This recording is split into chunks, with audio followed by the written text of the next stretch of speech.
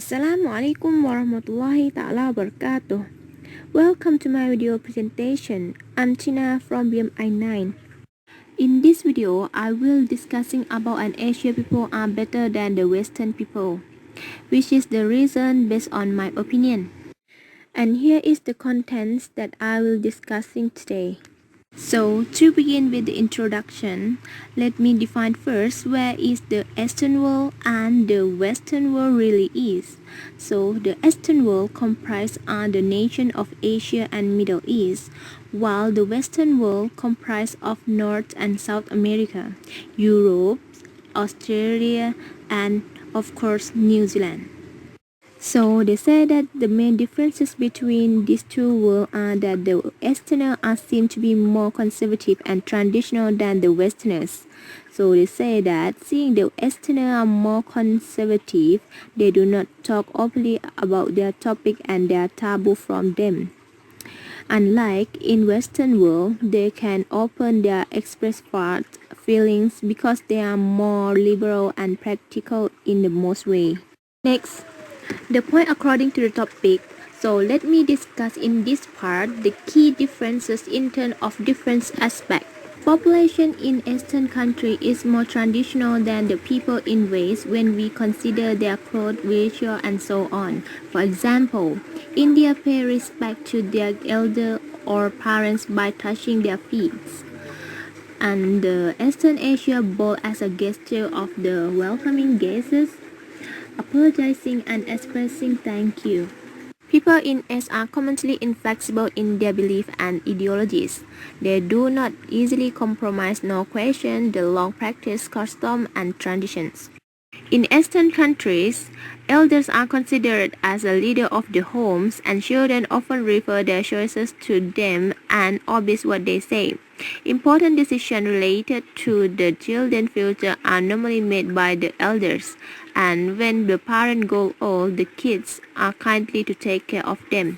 Arranged marriages are common in Eastern countries. They are normally arranged by the parents of the couple or other elders. They believe in the concept of the love comes after marriage. Next, the population in the Western country is more liberal than those in the East. The Westerners more openly blunt. For example, topics like sex or birth of child are openly discussed in West culture, whereas in the East, those of topics still taboo. People from West are more open to expressing their feelings. If they are angry, they vent it out. But people in the East may hold it in for tact and good manners. Also, one's own choice is giving references over the family. A person from the West is more flexible and free to make decisions on his own, unlike those in East. Arranged marriages are not at all common in the West, for they believe in love as the basis of marriage. And this is the good video that I took from the Conwa Academy YouTube channel, which is related with this topic. So let's take a look. From the moment we're born, we begin to develop our identities.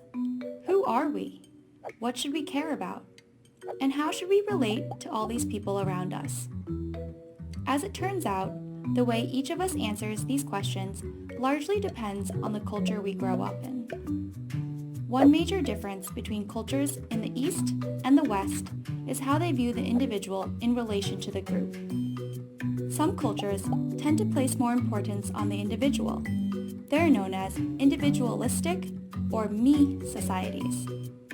Many Western societies, including those in the United States, Australia, and large swaths of Europe, are considered me cultures. People in a me culture believe each individual is responsible for their own well-being. Their circle of responsibility extends only to their immediate family members, parents, spouses, or children. They view their responsibility to others in society, like their neighbors or classmates, as limited. After all, they're also individuals who should be taking care of themselves. On the other hand, some cultures place more importance on the group.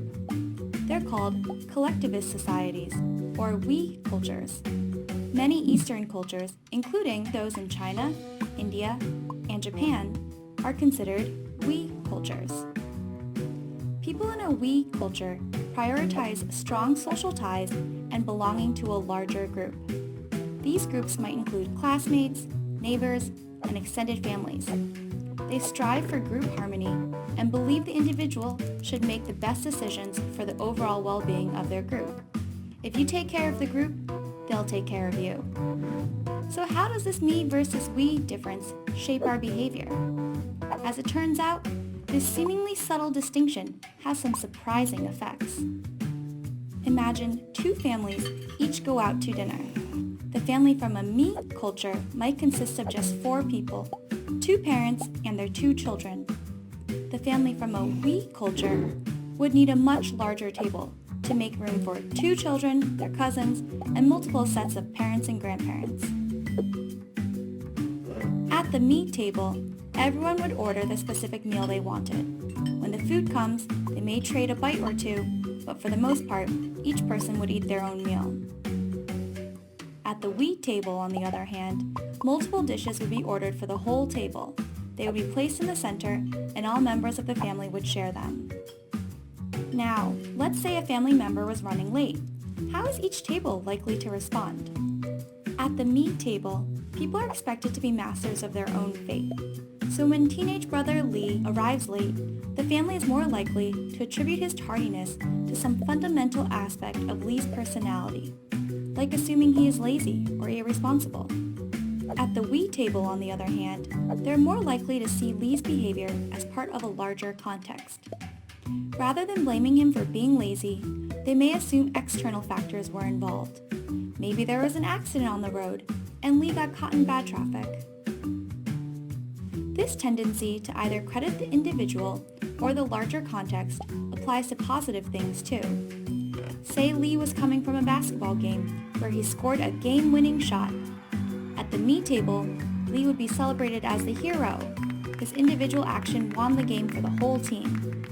In a celebratory toast, Lee would likely speak about how his hard work, determination, and focus led him to this moment.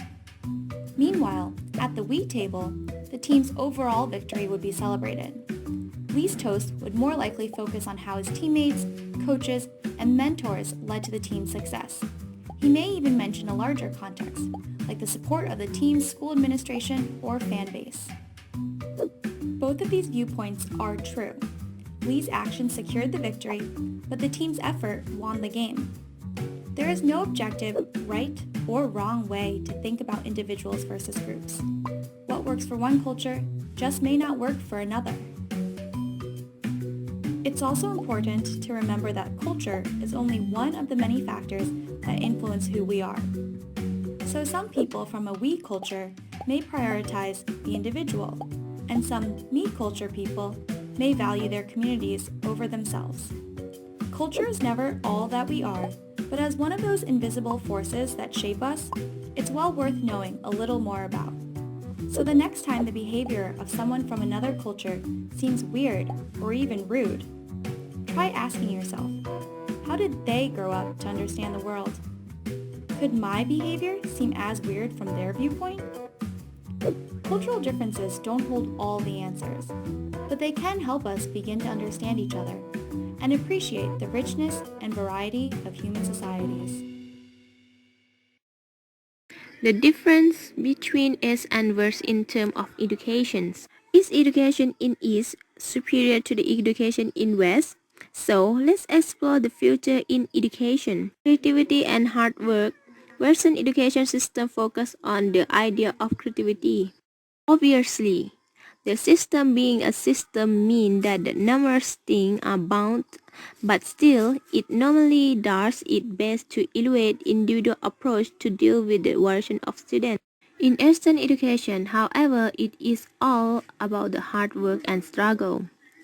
Nothing is difficult if you practice hard. Consequently, kids are given a lot of homework and instructed to struggle down.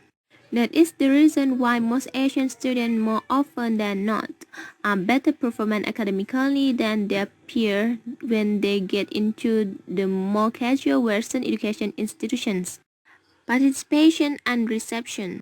Western education more further and facilitate a more interactive training procedure where students are encouraged and participate actively. They are urgent to think critically, to make inquiry and engage in fulfilled debate with their instructors. True in the East, students are beneficiaries. They submit to the authority of the teachers, and the method itself far less interactive.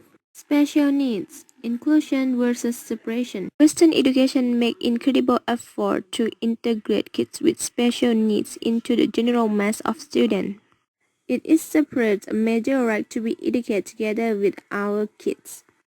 For the personal opinions regarding this topic, yes, I do agree that the external would be better. The reason is because I am an Asian girl and proudly with the land where I was born. Asian people more empathy, helping and culturing. And personally, I do prefer the we culture more than the individual culture. And I could be say that I proudly to be an Asian. However, the Westerners also have their own values that could be proud of themselves, and the people also can be see from all the goods. Finally, the conclusion. So this is all how the different from each other the culture and education system of the East and West are. We can firmly determine which of the culture or education system of the Eastern country or Western country is better. What is important? How people of the both culture respect and accept each other values and education system. And this is my references. Finally, I would say thank you for stay and watching.